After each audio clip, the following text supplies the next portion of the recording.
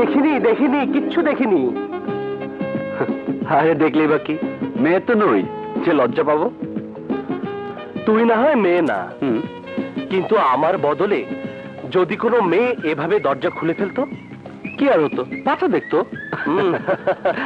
আরে শোন, ছেলেদের হোস্টেলে মেয়ে, হ্যাঁ? আরে নাম করা ছাত্র, নাম করা কবি, ভক্ত তো কম নেই। শোন শোন, বস। মেয়েরা নামের চেয়ে দাম বিচার করে বেশি। দামের বিচারে তোর মতো কোটিপতি ছেলে রেখে এই গরিব বেচারার প্রতি কে দৃষ্টি দেবে? থাম বাবা থাম, তোর সাথে কথায় তো পারবো না। তার চেয়ে বল, হঠাৎ জরুরি তলব কেন? গ্রাম থেকে লোক এসেছিল, মা চিঠি দিয়েছে। আর আর আবার কি? দেখ রাজা, ঠকাবার চেষ্টা করবি না। মা লোকের হাতে আমার জন্য কিছু না পাঠিয়ে পারেই না। বেশ তো, পড়ে দেখ। এই যে, এই যে দেখ, মা আমার জন্য লাড্ডু পাঠিয়েছে। পাঠিয়েছে, কিন্তু আমার চিঠিতে লিখে দিয়েছে তোকে না দিতে। কেন? যে ছেলের সঙ্গে মায়ের আজও দেখাই হলো না, যে ছেলে মাকে কোনোদিন দেখতে গেল না, মায়ের হাতে খাবারে তার কোনো অধিকারই থাকতে পারে না। সত্যি রে, কোনোদিন চোখে না দেখে শুধু চিঠিতেই কেউ যে এত আপন করে নিতে পারে, পরের ছেলেকে নিজের ছেলে বলে মেনে নিতে পারে, তা ভাবতেও বড় অবাক লাগে। মায়েরা পারে। জানিস রাজা, আমি মনে মনে মায়ের মমতার এমন একটা ছবি এঁকে ফেলেছি যে মাকে না দেখে আর শান্তি পাচ্ছি না। ওখানেই আমার ভয় রে রাজু, তোর মতো বিশাল বড় লোকের ছেলের কল্পনার সঙ্গে আমার গরিব মায়ের যদি মিল খুঁজে না পাস। রাজা, মা হলো মমতা। আরে মমতার আবার গরিব বড় লোক হয় নাকি? আমি তোর মতো গুছিয়ে কথা বলতে পারি না, তবু এটুকু বুঝি, আমার বাড়ি গাড়ি সব আছে, তবু তুই আমার থেকে ধনী, কারণ তোর মা আছে, আমার মা নেই। নেই কি রে? নেই কি? ঠিক আছে, আমি তাহলে মাকে লিখে দিচ্ছি, রাজু বলেছে তুমি ওর মা নও। না না রে রাজা, আরে তাই কি বলতে পারি? তবে এবার মাকে দেখতে যাবই। পরীক্ষা তো শেষ, সামনে শিক্ষার সমাপনী পিকনিক। এবার পিকনিক করতে যাব তোদের গ্রামে।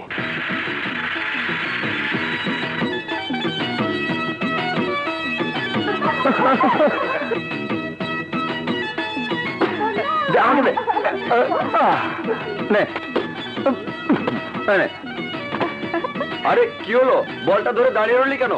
রাজু রাজা দুজনের একজনকেও তো দেখছি না। ওরা তো নামার পর থেকেই গায়েব। এদিকে রান্না শেষ, খাবার সময় হয়ে গেছে।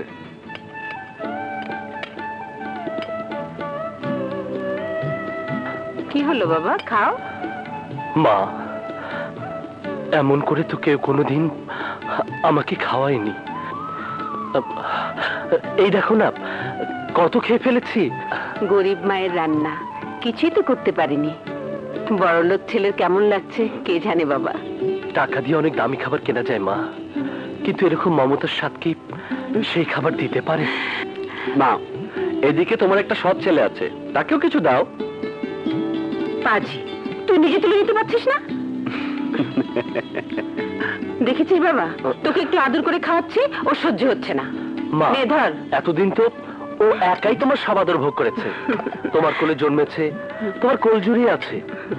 এবার একবার তোমাকে ঢাকায় নিয়ে যাই, আমি একা তোমার কোল জুড়ে থাকবো। আচ্ছা। তোমার কোলে জন্ম নেওয়ার ভাগ্য তো হয়নি, মৃত্যুর সময় অন্তত তোমার কোলেই মরবো। তওবা তওবা, 1000 বছর আয়ু হোক তোদের। দোয়া করি আমি যেন তোদের দুজনের হাতের মাটি পাই বাবা। উফ মা, তোমার ওই ফাঁকি দেওয়ার বুদ্ধি চলবে না মা। আমার ভাগ আমাকে পূরণ করে না দেওয়া পর্যন্ত তোমার ছুটি নেই। আচ্ছা।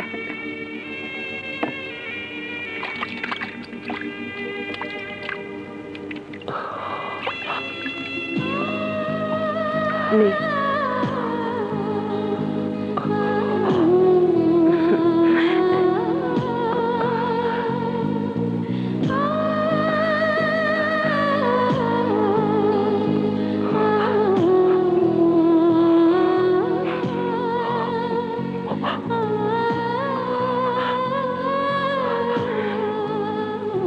পাগল ছেলে। পাগলামি কাকে বলে দেখাবো মা? এরকম মায়ের আদর পেলে কত যে পাগলামি করতাম। কেন রে, তোর বাবা তোকে আদর করে না? বাবা ব্যবসা বাণিজ্য রেখে আমাকে আদর করবার সময় কোথায় তার?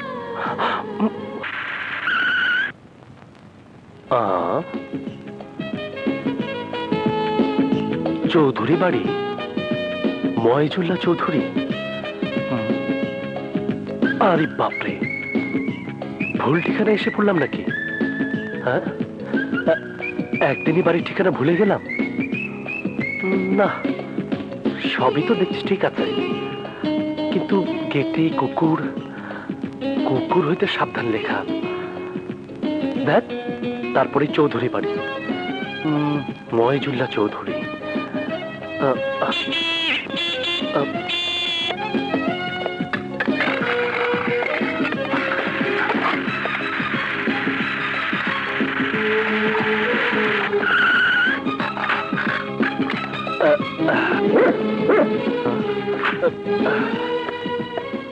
হ্যালো মাই ডিয়ার চান, কামিং, এসো, কথা আছে। বাবা, বাড়ির গেটে নেম প্লেটে দেখলাম ব্যাপারী থেকে তুমি চৌধুরী হয়ে গেলে। হ্যাঁ, হইলাম, চৌধুরী হইলাম, ময়েজুল্লাহ চৌধুরী। আরে বেটার নামের মধ্যে একটা ওজন আছে না? হ্যাঁ, ওজন পদবি দিয়ে হয় না বাবা, ওজন হয় মানুষের কাজ দিয়ে। হয়, পদবে দিয়া হয়, ওই সব তুমি বুঝবা না। আমার বুঝে অত কাজ নেই, তোমার পদবি তোমারই থাক, আমার নামে অত ওজন সহ্য হবে না।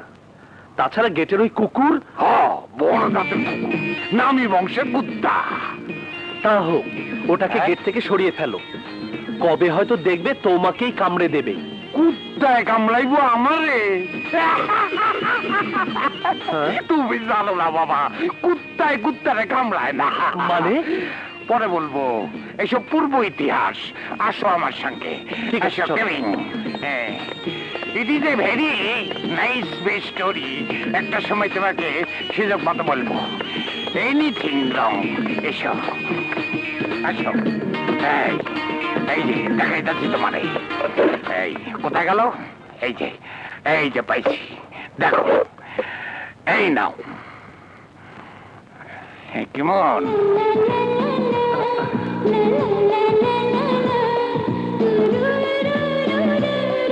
What is this? কেমন? সুন্দর, খুব সুন্দর। কে মেয়েটি? আমার বন্ধু। তোমার বন্ধু? আরে ডাক্তারি, ওর বাপ সাইদ খান আমার বন্ধু। তুমি যদি পছন্দ করো। কাকে? তোমার বন্ধুকে? মাইয়াডারে, তুমি যদি পছন্দ করো তাহলে সম্বন্ধ করুম, নাহলে অন্য জায়গায় চেষ্টা করুম। ছবিটা নিয়ে যাও, ভালো করে দেখো, কাল সকালে আমার লগে কন্ট্যাক্ট করবা। মানে? আরে ডাক্তারি, ইংরেজি বোঝে না, কাল সকালে আমার জানাইবা। Now get out.